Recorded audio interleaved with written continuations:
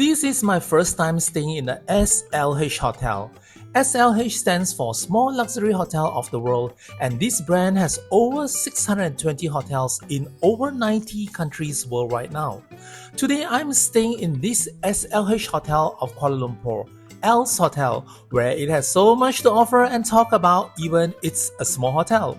From the pre-war heritage building to the rich culture of Kuala Lumpur, Malaysia, surrounding it and the unique room style, yet it's a 5-star hotel. Hi, welcome to Danny on the Go Special Season 4. I'm Danny. Let's look into this small wellness heaven of Kuala Lumpur in 14 seconds from now.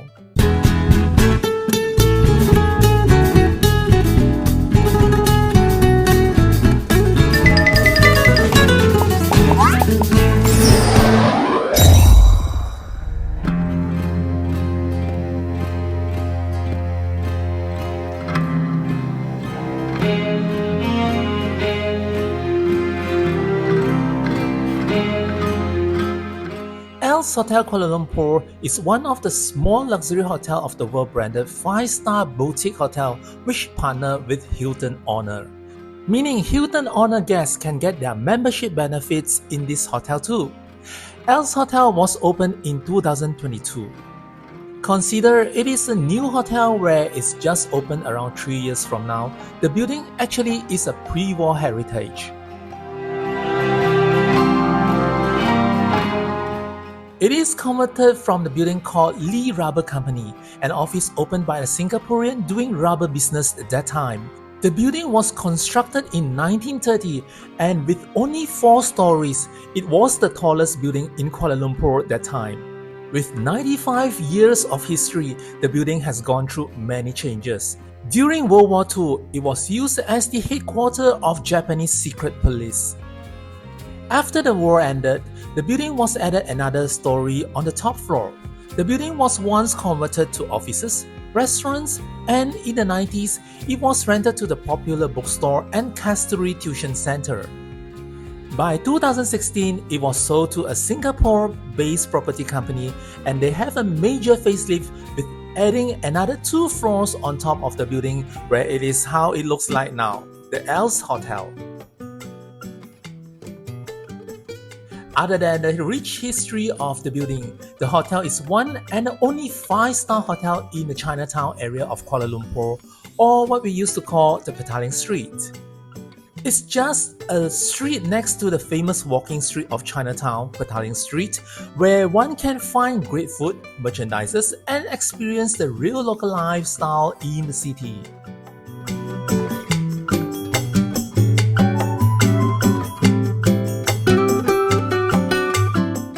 Even the hotel is not big, it's compact with what a 5-star boutique hotel has. The hotel has 49 rooms spanning through the 56,000 square feet space with 7 floors in the building. This is the rough layout of the hotel. Ground floor is the concierge and restaurant. Level 1 is the reception and hotel rooms.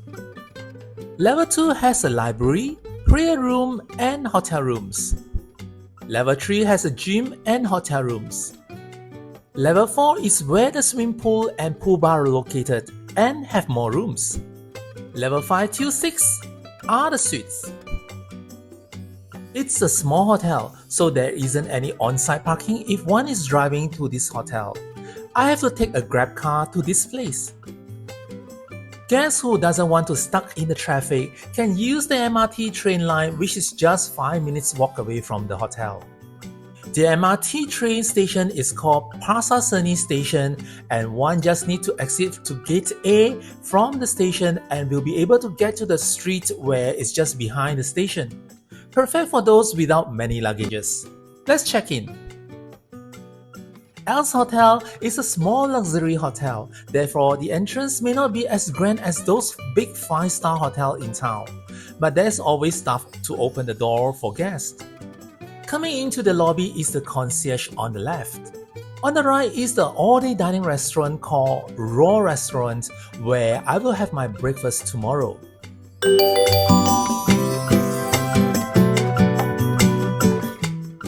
The reception is on level 1 and guests will be directed to the lifts which are located behind to get to level 1. The lift design is very antique with dark green wooden panel.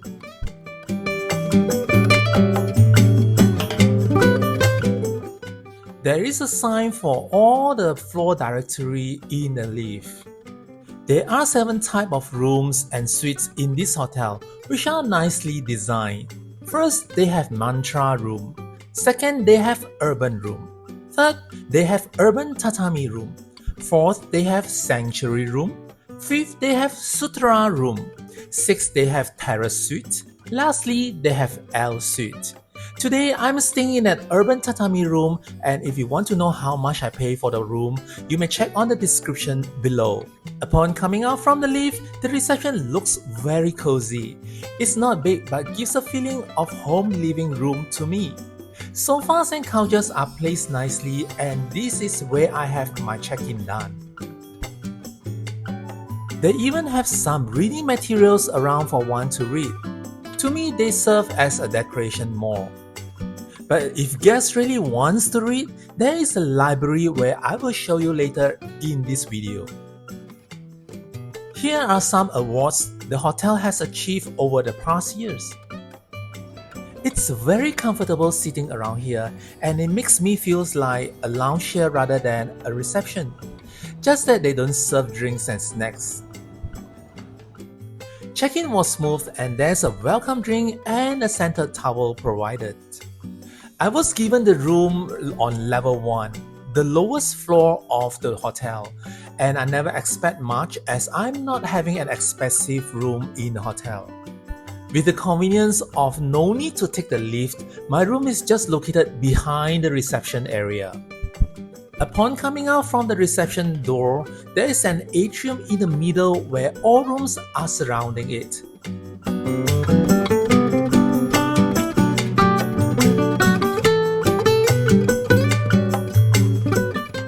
There is a common seating area here too, where I will look into it after I check out my room. This is my room. This urban tatami room has the size of 33 square meters, but with the compact size, everything inside looks decent. On the left is the closet and on the right is the washroom. At one glance, this is how the room looks like. There's a 55 inches flat screen TV mounted on the wall. The bottom is the mini bar. In the middle is the lazy couch. On the other end is the king-size bed, which is put on the wooden floor, a few staircases on top. The room has plenty of daylight as there are 3 windows at the side. In fact, I find it's too bright, and they have 2 types of blinds for guests to cover up instead of just a blackout curtain. And both have to do it manually. Let's look at the view. I have not stayed in a hotel that is so near to the street. Opposite is a row of shops where it's a flower boutique facing directly. Very often we'll see pedestrians passing by, and this place can be very happening as it's just behind the Petaling Street. Let's look at the other part in the room. There is a luggage rack beside the minibar cupboard. On the minibar, there are drinking water that comes in glass bottles. Under it are some cups, a kettle, coffee and tea bags with other condiments. The lower drawers is an empty compartment. In the middle is the mini fridge where inside there are more complimentary drinking water, but the canned drinks are not free. Let's look at what's inside the closet. There are many hangers and there's this beautiful pool bag that can be used whenever a guest wants to go. Just that it's not free, meaning it has to place back here upon checkout. Inside the drawer, there is a safe and at the bottom are the slippers and a weighing scale.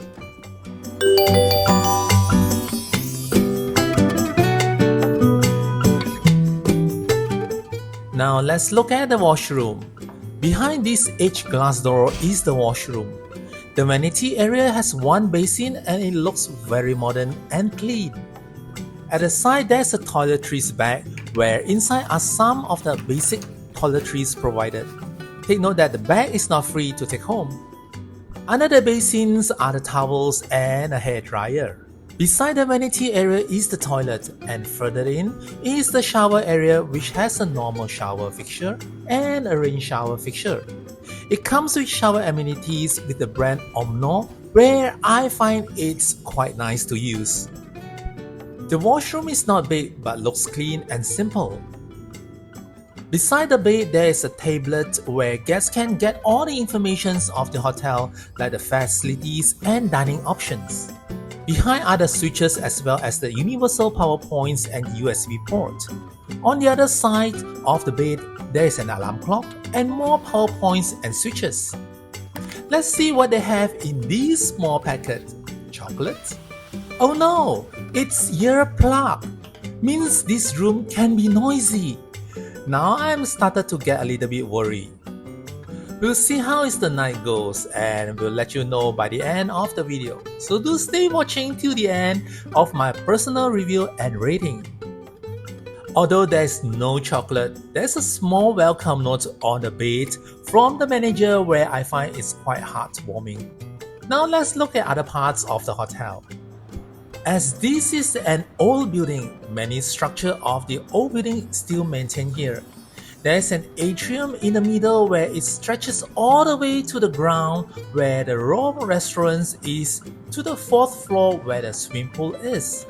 As this part is an open air area, meaning there's no air conditioning around, it doesn't feel hot or stuffy at all. It shows the air ventilation is very well done here. In order not to let the air conditioning leave the restaurant, a glass rooftop is built to separate the atrium but yet still can see through from the top floor. On this first floor, which is just outside my room, there is this common seating area called Sunken living room. Guests can sit down here and mingle with each other or just get the laptop here to do some work. It's a cozy place to rest and just hope it won't get noisy as my room is just beside this area.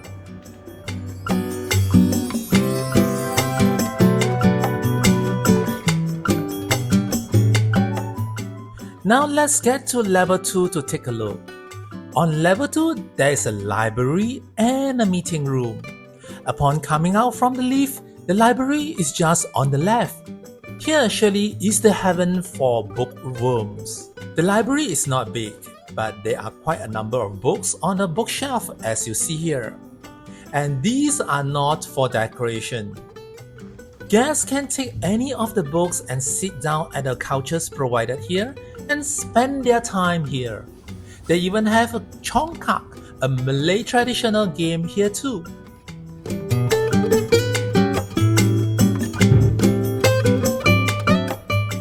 On the far end is a meeting room for guests to conduct a meeting. This meeting place only operates from 9 a.m. till 9 p.m. and guests only allowed to use it for 1 hour. There is a washroom inside too, and to me this washroom looks better than my room one. Beside the library, there is a gratitude space where actually it's a prayer room. Instead of putting a surau or prayer room where it's mainly for Muslim, this place can be used by any religion's guests. Okay, let's move to level 3 to check out the gym. By the way, all these levels in the lift need the room key card to access. Upon coming out from the lift, the gym is on the left side behind the glass door. This gym is super small. I mean, they only have 3 machines and I wonder who will work out here. There are other workout tools like this here, the sit-up chair and the dumbbell set. On the right, there are towels, yoga mat, drinking water and some workout belts available to be used. All gym equipments are Technogym branded. On the other side, there's a float studio where it's not free. Guests need to reserve the port in order to use. I'm not a fan for this as I tried that before many years ago when I was in Bangkok. Anyway, it's not free and this is the price of it. The gym is not open 24 hours, The operation time is from 6 a.m. till 10 p.m. Lastly, let's check out the pool deck on level 4. Upon coming out from the lift, it's an open air feeling as this is considered once the top floor before the new 2 floors being built on top of this. From here, one can see all the way to the ground floor through the atrium. I start by moving to the left first. Moving up the staircase, you'll see the pool on the right, while on the left is the changing area. Icy drinking water and towels are available here. Moving inside a bit is the basin and the changing area cubicles, and they are shared by both genders.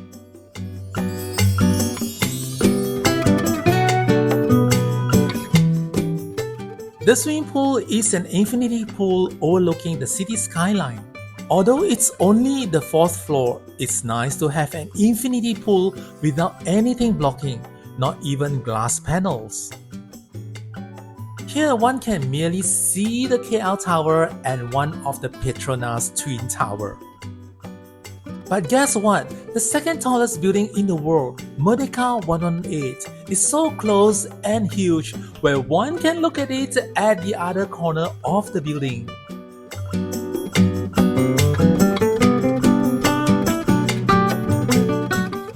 Down there is the street where it's always busy as this is just behind the Chinatown or what we call the Petaling Street. At night, the traffic is even heavier with pedestrians walking all around. On top of this, level 4 are the suites where it comes with balcony. These 2 levels are newly added on from the old building. There are no sun lounges, but there are sunbeds beside the pool. There is also a couch at the side. Guests can easily lay down and have some bath here. The swimming pool operates from 6 a.m. till 10 p.m. Guests can get a night swimming here too if they want.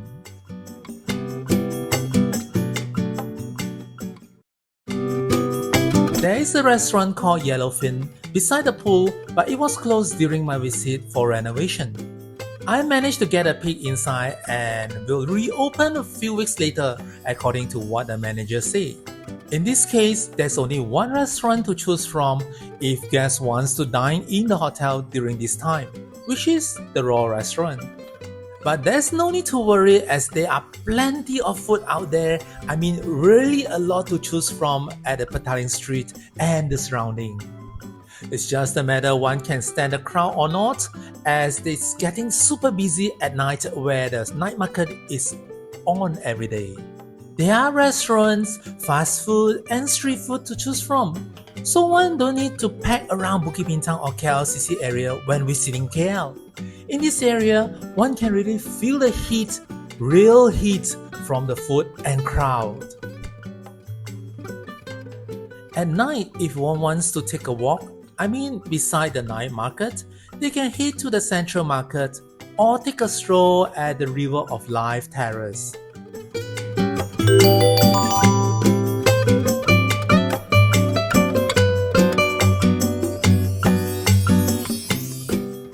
If you feel like staying in the room, by all means you can be like me, rest at the pool deck and call for the day.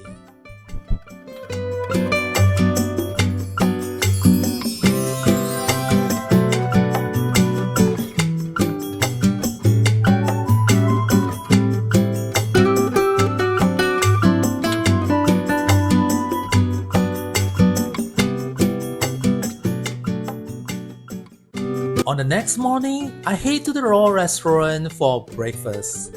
Breakfast begins from 6:30 a.m. till 10:30 a.m. serving a la carte style breakfast.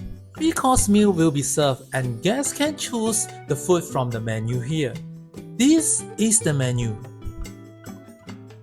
As starter, I have chosen the banana mango bowl. For main dish, I've chosen the nasi mamba, the hotel signature upgraded nasi lemak version where the rice is black due to the squid ink. It comes with a fruit platter. Beverages are refillable.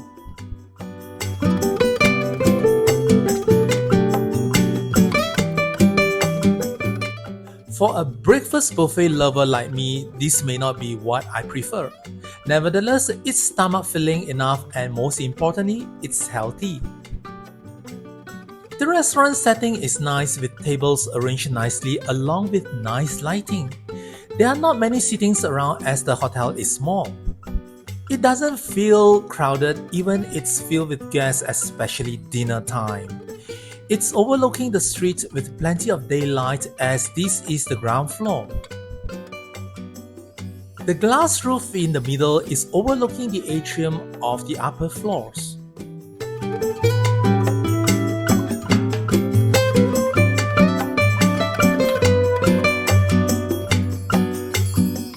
The treasure of the restaurant I found is this 100 years old dining table base which is carved from a tropical hardwood called merbau tree which is older than this building. Let's see what I have to say about this hotel as well as my personal rating. I personally love small hotel. This is my first time staying in 5-star small hotel. The reason is because it's less crowded and it's quieter. But this small hotel, I would say there are pros and cons in this area. Else Hotel to me, let's talk about the good stuff first, right? The good things is this hotel is located in the Petaling Street area, or what we call the Chinatown or Kuala Lumpur area. This place is so nice. It's one of the tourist spots when you will come to visit in KL. Now, many tourists would like to stay in Bukit Bintang area or KLCC area, mainly because, first of all, it's well known, it's famous, it's good for shopping for branded stuff. But this area, I would say that one can really actually feels the heartbeat of Kuala Lumpur, where you can find or experience or look into the lifestyle of the locals here. There are a lot of things to buy. There are a lot of good food to eat as well, especially during the night market, which is really a lot of things to see. It's not branded stuff, but at least you can feel how the local lives and how the people actually buy and sell things. You can bargain things. It's like other places night market, which is you can actually feel the enthusiasm of selling and the eagerness to buy, kind of things there. It's just so happening in these places. As well, this place you can also see the culture. There are temples, the Indian temples and the Chinese temple, where you can see the architecturing of these temples, which is very beautiful. And as well, you also can taste the food. There are a lot of street foods, whether it's cafe, restaurants, fast food, or even street food. They are cheap, they are not expensive, and they are delicious. You can have everything here. There are not many 5-star. In fact, this is the only 5-star hotel in this place. There are many like 2, 3, 4 stars hotel around this place, but there's only one 5-star at this time in this place. I would say that there are 4 stars, but they are a bit like 2 to 3 streets away from this Petaling Street area. I think the reason is because of all the buildings in this place are pretty old and they are heritage. And let me tell you about the history of Kuala Lumpur a little bit. Now, Kuala Lumpur is actually founded in 1850s time, which was a very long time ago. It was actually well known by tin mining. During that time, tin mining was so rich. People flocked to here, this place, because of people coming all the way from different places to this place, Kuala Lumpur. They started to have settlements in this area. Now, the tin mine is not in Petaling Street, this place is in Ampang those days. But they need to transport the mine to the port, to the ships, and they use the river to transport. And therefore, the river that is nearby this place is the Klang River and the Gombak River, where the two rivers meets. It's the place where Kuala Lumpur started. Now, most of the locals knows that this place is where there's a mosque. It's called Masjid Jamek, and this junction of the river is the main place of the Kuala Lumpur started. And many people will start to stay around in this area. The new settlement starts to begin here. Petaling Street, the Central Market, or the Batu Road, or what we call the Tunku Abdul Rahman area, is the few first settlements in this area. So because of that, most buildings around this area are quite old. It's over 100 years old.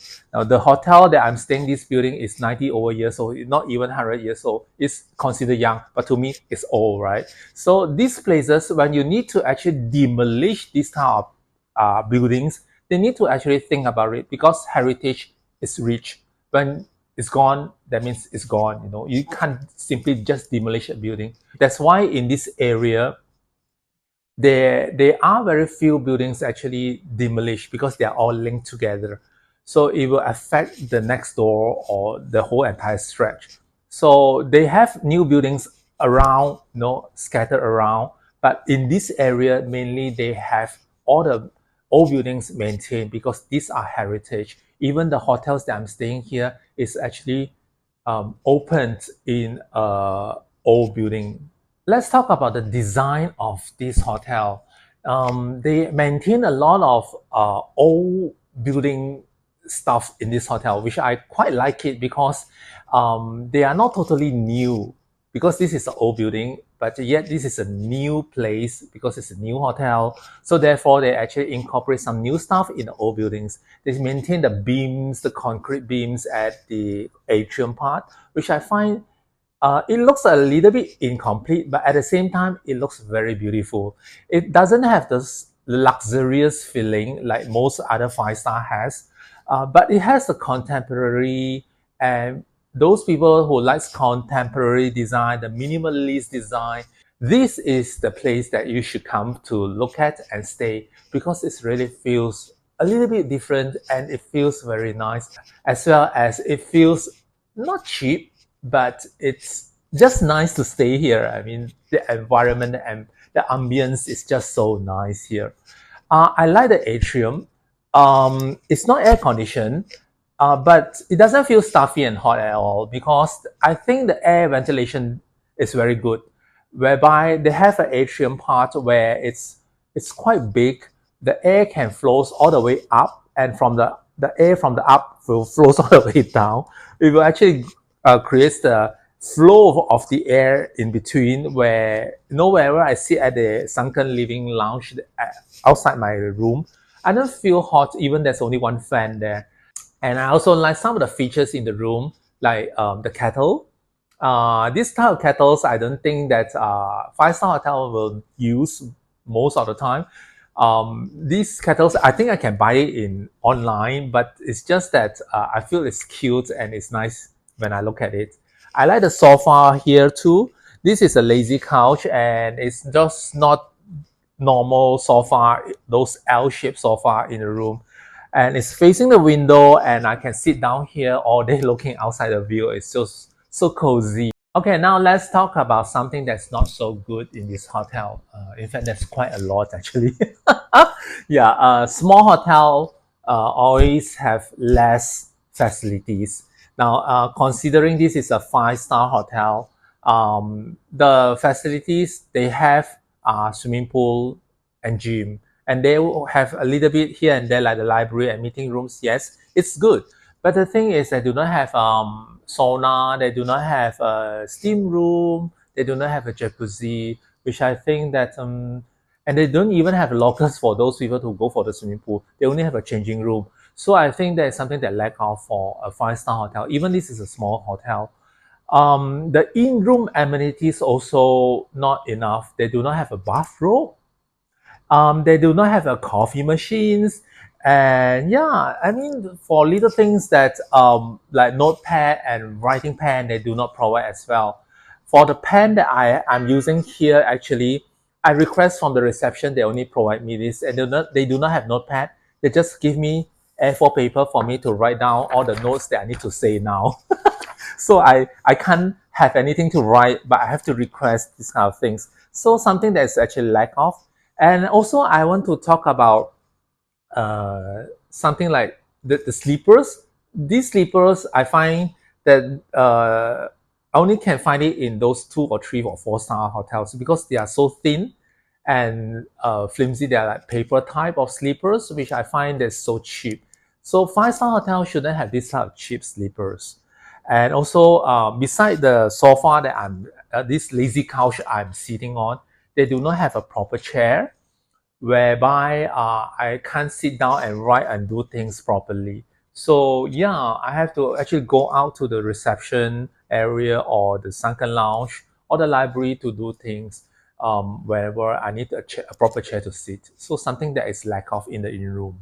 One thing that I find that the hotel may mislead the guests by having tatami, this word, right? Now I'm staying in this room called Urban Tatami. When you look at the tatami words, the meaning of tatami is from a Japanese word. The meaning of tatami is actually woven mat floor. When you know Japanese tatami room, is covered with woven mat, whereby it prevents cold during the winter and prevents heat during summer. So this is the purpose of the tatami. And having a tatami room, that means the mattress is on a woven mat. But in this room, I can't find any woven mat around, but the mattress is on the floor only, and it's on the wooden floor. I find it's quite disappointing where it's not a tatami room. It's just a mattress on the floor. So I don't know why they use the word tatami here. It's just so misleading. The hotel actually using a lot of names, and the design of the rooms are very unique. Therefore, they do not have like those standard deluxe kind of room here.